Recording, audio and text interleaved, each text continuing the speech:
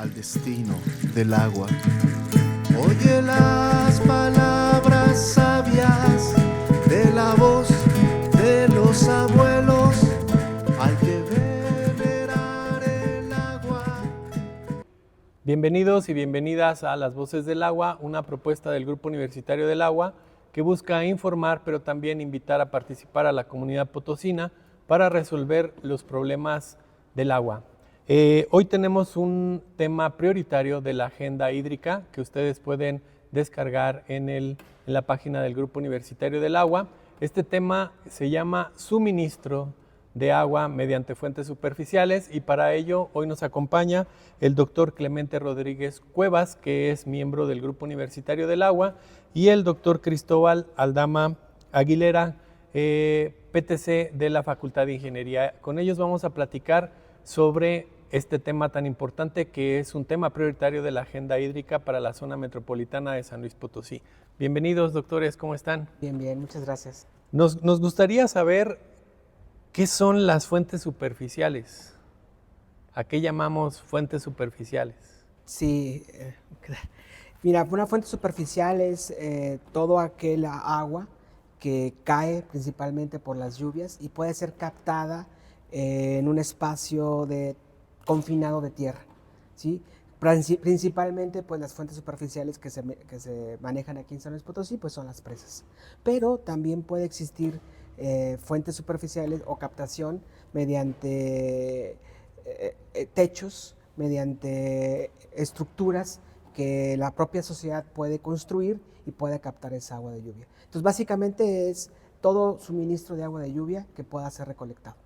También los bordos que hay de pronto que uno va viajando por carretera y se ven algunas como construcciones de bordos de agua, ¿no? Sí. De eso, hidráulicamente hablando, también se le conocen presas. Las presas pueden ser tan chiquitas como un bordo hasta grandes como el relito. ¿Cuáles son las presas que tenemos en la zona metropolitana de San Luis Potosí, doctor? Bueno, principalmente esas presas están sobre la Sierra de San Miguelito y básicamente las que utilizan para el sistema de agua potable son tres, es conocido como el sistema de presas, ¿no? Que sería la de San José, que se construyó hace como más de 100 años, 120 años, la presa El Peaje, que fue construida por allá por los 50s y en los 80s la presa El Potosino. Esas son las tres principales, que todas están hacia el poniente de la ciudad de San Luis Potosí, muy cercanos a la comunidad de Escalerillas. ¿Qué situación tienen estas presas actualmente? Nos comenta que la presa San José tiene más de 100 años. ¿Cuál es su estatus, digámoslo así? Pues yo diría que son dos problemáticas. La primera es que como ya tienes más de 100 años, obviamente ha acumulado asolve, es decir, todos los sedimentos que surgen de las partes altas van a dar a la presa y se acumulan. Este asolve o esta área que antes era ocupada por agua y ahora es por sedimentos, pues se ha buscado la manera de cómo recuperarla y eso fue a través de la construcción de las otras dos presas. El otro problema que tiene es que la presencia del hilo acuático y eso se debe al exceso de contaminantes y el exceso de contaminantes pues tiene diferentes fuentes, pero algunas de ellas pueden ser descargas de aguas residuales, la industria que puede estar arriba, pero casi no hay. La misma ganadería, la agricultura, entre otras, ¿no? Entre otros aspectos. Esos son los dos. En términos para que entendamos toda la comunidad potosina, para que entendamos qué papel juegan las presas, en este caso, en el suministro de agua de la zona metropolitana de San Luis Potosí, o solo es específicamente de la ciudad de San Luis Potosí, doctor? Sí, en general toda la zona metropolitana, faltó nada más una presa importante que es la del Realito, esa no se encuentra en la Sierra de San Miguelito, se encuentra en Guanajuato, pero también aporta agua a la comunidad de San Luis Potosí. En general, ese sistema de presas, que son 4, aporta aproximadamente el 30% de lo que consume de agua a San Luis Potosí. El otro 70% son fuentes subterráneas. ¿Por qué es importante hablar del agua superficial? En este caso, ¿por qué se le dedica un tema prioritario en la agenda hídrica? Porque el agua superficial principalmente pues es agua que no te cobran, es el agua que nos proporciona por parte de la lluvia. Entonces es bien importante que pudiéramos captar toda esa agua y no desperdiciarla. Actualmente, por ejemplo, ahorita estás viendo que la presa de San José pues ya se llenó y ya está desalojando agua de lluvia y pues está tapando todo el río Santiago. Entonces, si pudiéramos captar toda esa agua y pudiéramos utilizarla y dejar de estar bombeando agua subterránea, eso sería lo más ideal. Porque el agua subterránea hay mucha incertidumbre en saber cuánto tenemos, cuánto nos queda, qué calidad del agua tienes en el agua subterránea, etcétera. Mientras que en el agua superficial, pues mientras no sea contaminada, es agua que se puede utilizar para agua potable sin ningún problema. Veamos las presas de San José, presas del Peaje y el Potosino, que esas aguas, como están ahí arriba, no hay ninguna comunidad importante que las esté contaminando, pues es agua limpia, es agua que se puede utilizar. Lamentablemente en la presa de San José, pues las comunidades que se encuentran, Escalerillas, Mesa de Conejos, etcétera, todos esos que se encuentran por allá arriba, como no tienen un sistema de drenaje, pues desafortunadamente toda esa agua residual llega a San José y pues se contamina. Por eso de ahí la gran problemática del lirio, que finalmente al cabo pues el lirio es una planta que tiene abono y el abono lo consigue de toda esa problemática que te comento. Como ves, un tema importante que se maneja en la agenda hídrica para la zona metropolitana de San Luis Potosí. Veamos qué tiene el Team Agua de información para nosotros. Volvemos en un momento.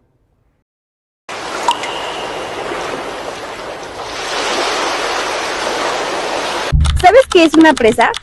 Sí, es un lugar donde se conserva el agua que se capta de las lluvias y se almacena para tener y distribuir alrededor de la ciudad.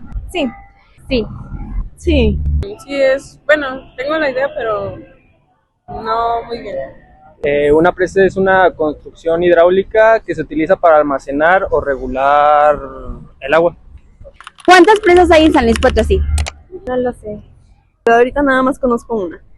Pero yo solo conozco dos, la presa del Peaje y la presa del Realito. No, la verdad.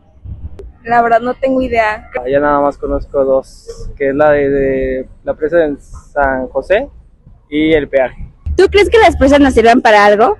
Para el flujo de agua y para la naturaleza también. Sí, yo pienso que sí. Para almacenar el agua. Guardar agua. Repartir y distribuir agua a lo largo de la ciudad y pues cada presa está destinada para cada parte de la ciudad o para cada parte del estado. ¿Cómo afecta la falta de lluvia a las presas? No. Pues muchísimo, ¿no? Creo que funciona de esa manera, con la lluvia. Entonces, si no hay lluvia, pues no hay agua en la presa. Sí, claro. Sí, porque si no hay lluvia, no hay forma de almacenar el agua o de tenerla en la presa.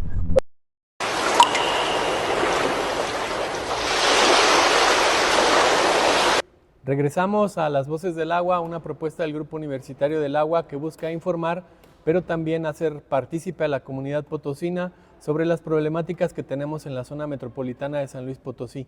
Suministro de agua mediante fuentes superficiales y estábamos hablando del sistema de presas, ¿verdad, doctores? Del sistema de presas que tenemos que nos abastecen del agua. En términos de datos, ¿qué le podríamos decir a la comunidad potosina? ¿Cuánta agua se capta? ¿Cuánta agua se utiliza realmente de esas presas? ¿Tienen un dato aproximado?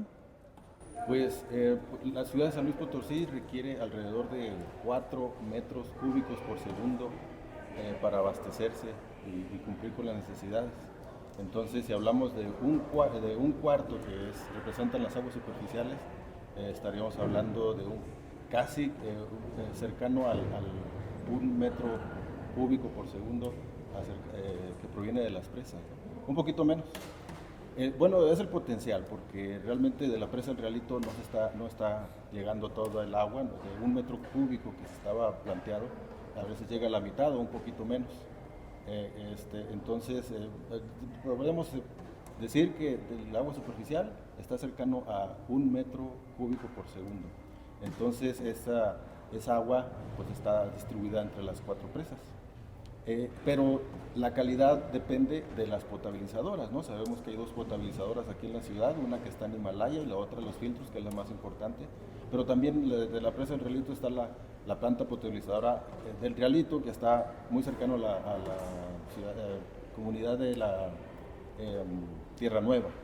Entonces, ahí es donde se potabiliza, porque el agua superficial pues arrastra sedimentos, arrastra materia orgánica, arrastra contaminantes, entonces requiere de una potabilización muy extenuante, a diferencia del agua subterránea que viene desde el muy profundo, que a lo mejor tiene mejor calidad, a reserva de otros contaminantes que se puedan tener, ¿no? Entonces, sí se requiere una potabilización para abastecer posteriormente a la ciudad. A la zona metropolitana. Doctor Clemente, en términos de calidad, ¿cómo llega el agua de las presas y cómo llega a estas potabilizadoras y realmente cómo llega a nuestras casas, doctor Clemente? Cuéntenos. Sí, por ahí el Grupo del Agua siempre ha manejado el término de ya no manejar agua potable, sino manejar agua entubada.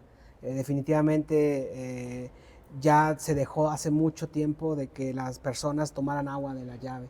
Ya casi toda la gente pues toma agua de garrafón, y el agua entubada pues es el agua que se utiliza para otros fines, y lamentablemente es por ello, ¿no? Porque ya el agua superficial,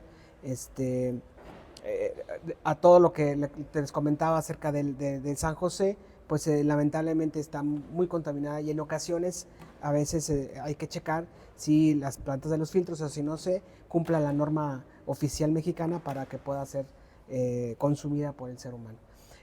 Ahí habría que trabajar mucho en nuestro sistema de presas, porque si bien yo les comento, la presa San José es la que está un poquito más contaminada debido a las circunstancias que les acabo de comentar, habría que ver qué se puede hacer para que el agua que contiene las presas del Potosino y el Peaje no lleguen a San José y se contaminen.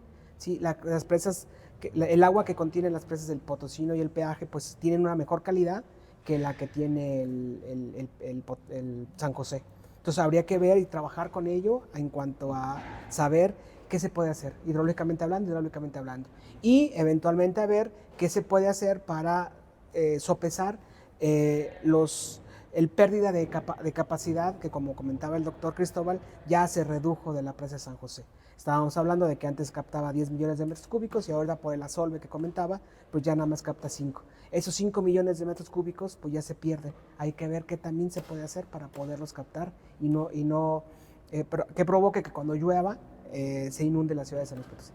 Haciendo un resumen, entonces más o menos las presas aportan a la zona metropolitana del 20 al 30% solamente del agua que necesitamos. Y esa agua no tiene la mejor calidad, por eso se requieren estas plantas potabilizadoras. Se habla mucho de la construcción de nuevas presas. ¿Qué nos pueden decir al respecto?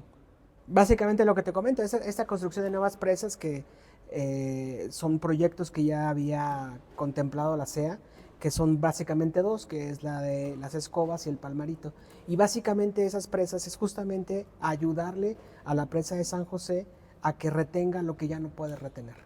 ¿Sí? Tratar de que entre esas dos presas retengan los 5 millones de metros cúbicos que San José ya no puede hacerlo. ¿Por qué? Por el asolve y por la cantidad de años que ya tiene.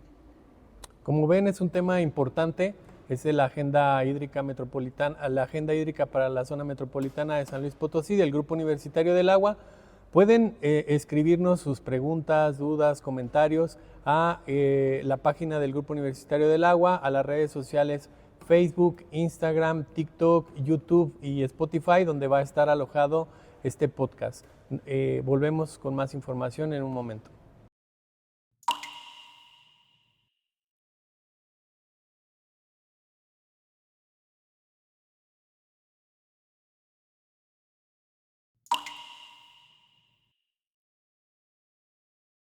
Las Voces del Agua es una propuesta del Grupo Universitario del Agua que busca informar, pero también que la comunidad potosina participe para resolver juntos las problemáticas que nos aquejan en torno al agua.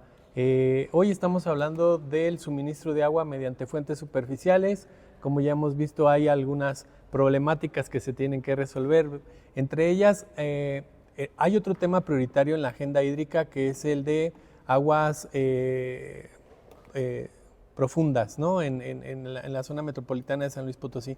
¿Cuál es la diferencia entre la calidad y la cantidad? Ya nos dijeron que solo del 20 al 30% del agua superficial pues es utilizada para la zona metropolitana de San Luis Potosí, pero en términos de calidad, ¿cuál es la diferencia con esto? Muy bien, como comentaba, agua superficial es una captación que viene sobre una cuenca donde hay ganado, agricultura, viviendas. Entonces el agua al escurrir por toda la cuenca pues arrastra materia orgánica, contaminantes, residuos de todo tipo. Entonces, esa agua requiere una potabilización extenuante y lo hacen en las potabilizadoras que les había mencionado. A diferencia del agua subterránea, que es agua que está a varios cientos de metros sobre la superficie, bajo la superficie, perdón, y esa agua pues es difícil que se contamine, a menos de que el material geológico en el cual está contenida esa agua, es decir, la geología del sitio, la roca, pues tenga algunas fuentes de contaminación. En este caso, el acuífero de San Luis Potosí, el agua subterránea de San Luis Potosí, está cada vez más agotado y tenemos pozos de hasta 1000 metros de profundidad donde hay roca con ciertos contaminantes y cada vez se han detectado la presencia de fluoruros y arsénico en el agua que son dañinos para la salud, y es un tema por el cual ya se había descubierto desde hace varios años. Entonces por eso fue la construcción de la presa del Realito, para que los pozos que tenían esas características, donde se extraía el agua y tenían esos contaminantes, dejaran de funcionar. Entonces sustituirlos con agua de la presa del Realito. Pero sabemos toda la problemática que hay de la presa del Realito, entonces nuevamente se reactivaron y nuevamente está el arsénico y los fluoruros ahí. Por lo tanto, como decía el doctor Clemente, ya no es agua apta para ingerirse directamente, por eso se le llama agua entubada, ¿no? Por eso la gente recurre a garrafones de agua en lugar de tomarlo directamente de la llave. Entonces, ese es el problema. Es agua que está limpia, que no tiene materia orgánica, que se puede consumir si no tuviera esos dos contaminantes principalmente. En cambio, en la potabilización, todos los contaminantes, pues ahí se detienen, ¿no? Y nos entregan agua de buena calidad, de acuerdo a la norma 127 de la Secretaría de Salud, pues debe de cumplir, y el organismo operador que se encarga de la potabilización, pues siempre está bajo el escrutinio de organismos o instituciones federales que la están vigilando, haciendo monitoreo para que el agua cumpla con la calidad de esa norma, ¿no? Lo mismo para los pozos, pero los pozos, como son muchos, pues tendría que tener su propia potabilizadora y no es costeable, o por lo menos el organismo operador no tiene la infraestructura o el presupuesto para darle ese tratamiento. Entonces, pues el problema ahí lo tenemos, ¿no? Muchísimas gracias, doctor Cristóbal. Doctor Clemente, entonces, ¿cuál es la propuesta del Grupo Universitario del Agua en relación a las aguas superficiales? Sí, el grupo apuesta un poco más en tratar de aumentar el porcentaje por el cual se alimenta San Luis Potosí de agua potable, aumentarlo del 30%, aumentarlo más para que se abastezca de agua superficial. Porque si bien, como lo comenta el doctor Cristóbal, el agua subterránea cada vez está siendo más contaminada por este tipo de elementos como es el arsénico y el flúor, en el que una potabilización es mucho más costosa, quitar ese arsénico, quitar ese flúor, que potabilizar el agua superficial. Entonces, si se pudiera eventualmente aumentar el porcentaje de abastecimiento de agua potable o entubada para San Luis Potosí, utilizando aguas superficiales, sería lo mejor que pudiéramos tener. Es una cuestión compleja, doctor Clemente, porque se habla de la calidad del agua, se habla precisamente de los organismos también que operan estas presas. ¿Cuál es la situación que hay con el manejo de las presas? Ahorita, pues básicamente es San José, que tiene toda la infraestructura para que pueda del agua almacenada poder llevarla a los filtros, y en los filtros ya sería Interapas quien se encarga de distribuir el agua a la ciudad de San Luis Potosí. Entonces ahí Interapas tiene que estar siempre en comunicación con la Conagua, que la Conagua es la que se encarga de ver el estado de las presas, de estarlo monitoreando, y de la CEA también, porque son los que, 3 organismos municipales e intermunicipales y estatales y a nivel país, que son los que se encargan de todo ese tipo de presas o infraestructura hidráulica a nivel superficial. Como ven, es un tema complejo, pero es un tema que se tiene que tratar, y es por eso que Las Voces del Agua trae esta información para ustedes. Veamos qué tiene el Team Agua para nosotros respecto a este tema y regresamos en un momento.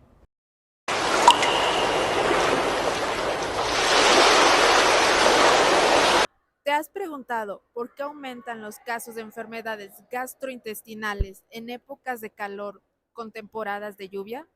La doctora Catalina tiene la respuesta. ¿Verdad?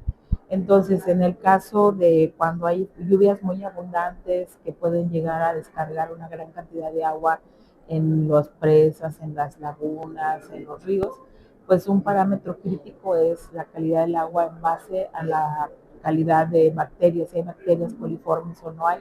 ¿Por qué? Porque el agua, pues cuando llueve, arrastra, ¿verdad?, sustancias que llegan a los cuerpos de agua, y el efecto más importante o inmediato a la salud es obviamente las enfermedades gastrointestinales. Entonces eso amerita una intervención rápida, sobre todo de la Secretaría de Salud, para controlar brotes de enfermedades por esa naturaleza. Pero cuando hay una crisis de agua que está relacionada más bien con una ausencia de lluvias, donde hay poca disponibilidad de agua, también la parte bacteriológica es importante, pero la otra parte es si hay sustancias tóxicas en el agua que están suministrando, porque a veces se procede por tandeo, ¿verdad? Entonces le llevan a uno agua de varios lugares, y allí lo importante es ver si se puede, si se detectan tóxicos que recomienden que, bueno, que esa agua a lo mejor no es apta para suministrar a la población. Los tóxicos pueden ser metales pesados, algunos como el fluoruro que está presente en el agua de nuestra ciudad, ¿verdad? Que son sustancias que están ahí, pero a veces cuando viene un problema de sequía, pues nos llevan agua de cualquier lugar, ¿no? Y las bacterias también pueden ser un problema, claro. Me pasó mucho el año pasado, recuerdo que hubo lluvias, de inmediato muchas enfermedades, sí, claro, porque ese es el como resultado. Uh-huh. La siguiente pregunta ¿es posible que en tiempos de crisis hídrica disminuya la calidad del agua? Sí es posible. Sí es posible, esencialmente porque, por ejemplo, si hablamos de las presas, empiezan a disminuir el nivel del agua y eso concentra las sustancias que ya están presentes. Entonces, la gente va a estar expuesta si es que le mandan agua de un cuerpo de agua que digamos, no se potabiliza adecuadamente, pues le va a llegar una cantidad de sales un poco más alta y quizás de algunas sustancias tóxicas que no se logren remover en el proceso de potabilización. Entonces sí, claro, cuando sucede esto, la calidad del agua va a degradarse. Muchas gracias.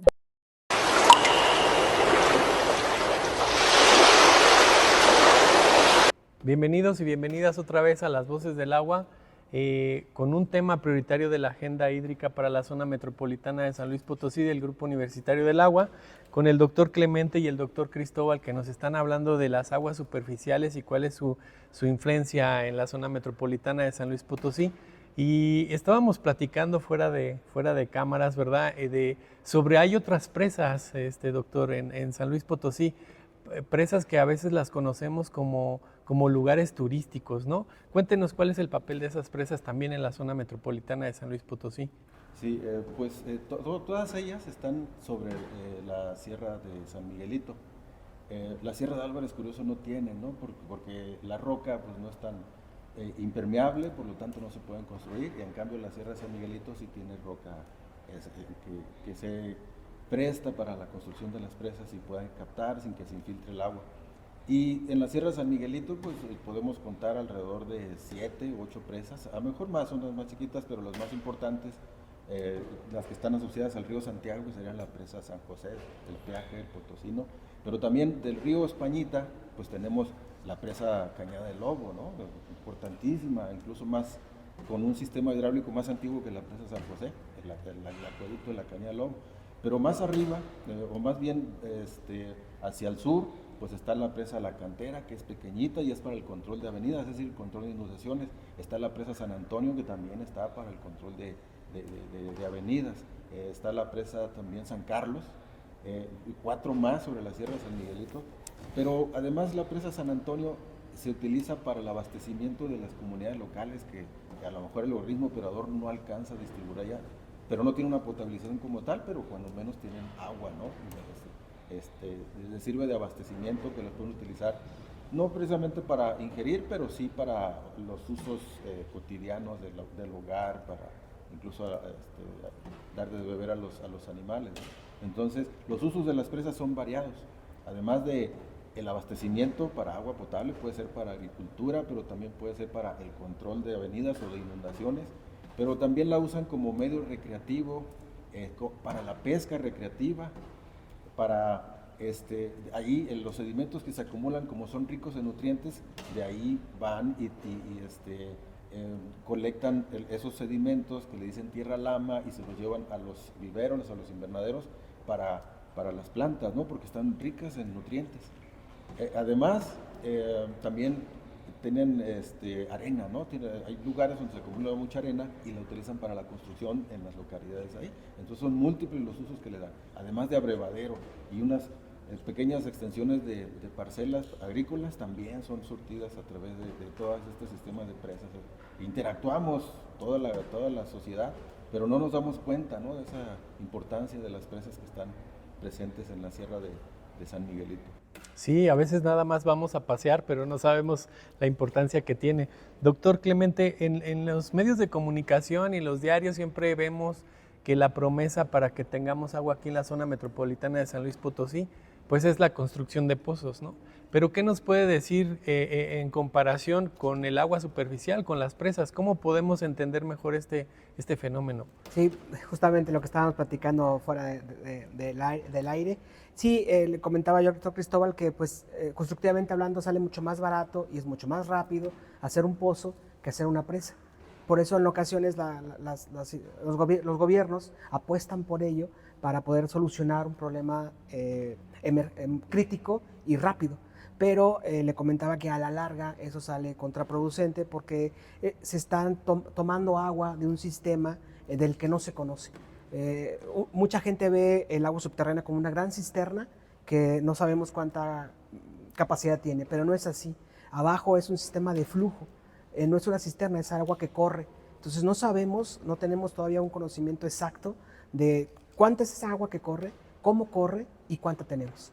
Entonces, mientras nosotros podemos apostar más con agua superficial, que ahí sí podemos monitorearla, que ahí sí podemos saber cuánta agua tenemos, que ahí sí podemos saber para cuánta agua podemos utilizarla y generar nuevos presas que podamos nosotros abastecernos más de agua superficial que subterránea, justamente por ello. Porque de la superficial tenemos mucho más control que de algo subterráneo que no conocemos cuánto tenemos y cuánto podremos contar con ello. A manera de cierre, doctores, ¿cuál es el panorama que se tiene sobre el agua superficial, sobre las presas? ¿Qué nos espera y qué problemas tenemos que solucionar en el mediano o en el corto plazo y para que la gente esté enterada de este tema tan importante? ¿Cómo les decimos pues lo que viene a futuro en este tema de las presas?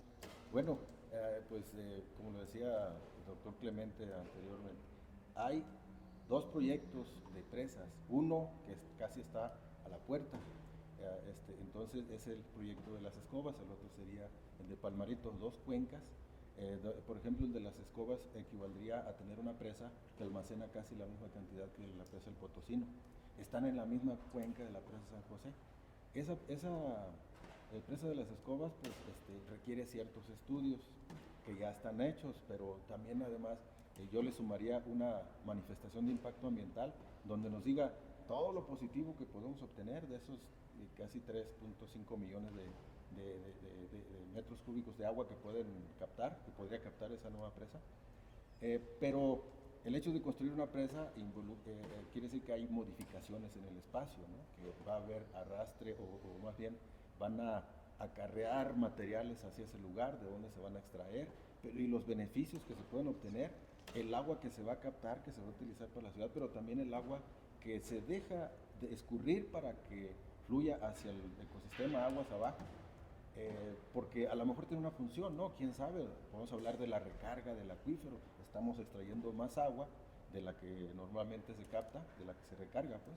Entonces, a lo mejor esa agua superficial debería estar allá abajo, pero no lo sabemos hasta que alguien nos diga con un estudio que sí. O el hecho de que después se junte con el agua residual que fluye sobre el río Santiago y el río Españita, pues, y se infiltra ahí en la tinaja, pues va agua contaminada. Entonces, a lo mejor eso lo compensa, ¿no? Entonces, el hecho de que hagan una manifestación de impacto ambiental quiere decir que nos digan los beneficios, pero también los impactos. Y si hay impactos, ¿cuál es la manera de resolverlos? Porque una manifestación de impacto ambiental no es para detener una obra, es para decir, vamos a impactar, pero así vamos a mitigar esos impactos o mejorar otros en otros aspectos. Doctor Clemente. Sí, yo creo que aunado a las fuentes superficiales, habría que nosotros como sociedad también aportar nuestro granito de arena y tratar de nosotros captar agua de lluvias a través de las nuevas tecnologías y nuevas ideologías que se manejan, como son los sistemas de drenaje de urbanos sostenibles, que cualquier casa, que cualquier sociedad, que cualquier fraccionamiento organizado pudiera captar esa agua de lluvia y pudiera reutilizarla. No se tiene que hacer una presa con dimensiones enormes, con costos enormes, sino simplemente tener conciencia de que cada vez que existe una lluvia torrencial fuerte, pues tengamos la capacidad como fraccionadores, como individuales, de poder captar esa agua de lluvia. Generar ya en la sociedad esa conciencia de decir, cada vez que llueva, yo puedo captar esa agua para poder reutilizarla después. Muchísimas gracias, doctor Clemente, doctor Cristóbal. Este es un tema prioritario de la agenda hídrica para la zona metropolitana de San Luis Potosí, las voces del agua, y nos vemos en la próxima emisión con otro tema prioritario. Hasta pronto. Ameyali.